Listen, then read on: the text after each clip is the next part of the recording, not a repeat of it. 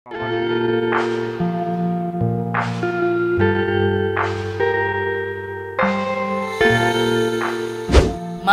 একটি সর্ষের দানা ব্যবহার করে তৈরি হলো সরস্বতীর মূর্তি। নিজের তৈরি রেকর্ড নিজেই ভেঙে নজির গড়লেন নদিয়ার নবদ্বীপের শিল্পী গৌতম সাহা। গত বছর তিনি ৮ মিলিমিটারের দেবী সরস্বতীর মূর্তি তৈরি করেছিলেন।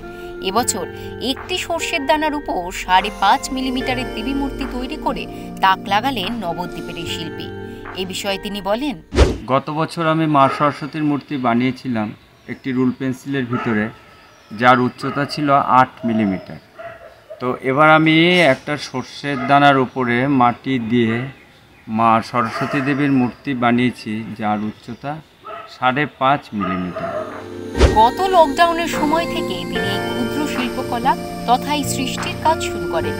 অতীতে বিভিন্ন সময়ে তিনি কখনো মুগ ডালের উপর, কখনো ধানের উপর, তো কখনো চকের বা চালের উপর মাটির রং দিয়ে ফুটিয়ে তুলেছেন মা কালী, রবীন্দ্রনাথ ঠাকুর, মহাপ্রভু সহ বিভিন্ন দেবদেবী ও মনীষীদের মূর্তি।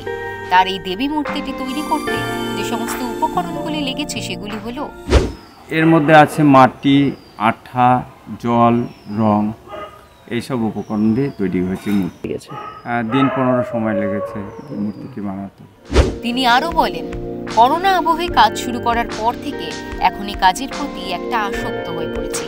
পরবর্তীতে আরও এই ধরনের কাজ করার চিন্তা ভাবনা রয়েছে।